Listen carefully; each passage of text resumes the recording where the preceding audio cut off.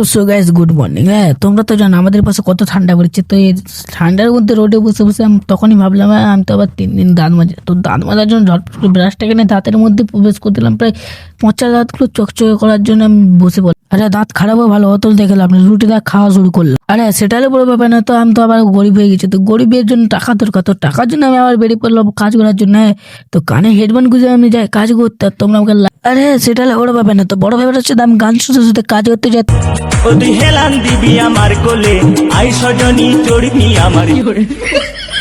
আরে সেটা হলে বড় ব্যাপার না, বড় ব্যাপার হচ্ছে 2 মিনিট সাইকেল চালানোর ফাইলে আমি চলে আসলাম আমার যে কারণ যেহেতু কাজের সাইডে আমাকে ভিডিও করতে দেবে, তাই ভিডিওটা আমি A few moments. আরে সন্ধ্যাতে আমি আবার ভিডিওটা কন্টিনিউ করলাম। এরকম সাইকেল চালছে বাড়ি যেতে, তোমরা আমাকে ফটাফট লাইক সাবস্ক্রাইব ফলো করে দেবে। নেক্সট ভিডিও দেখার জন্য ফলো করে রেখো। আর নেক্সট ভিডিও দেখা হচ্ছে, বাই, আল্লাহ হাফেজ, ভালো থেকো।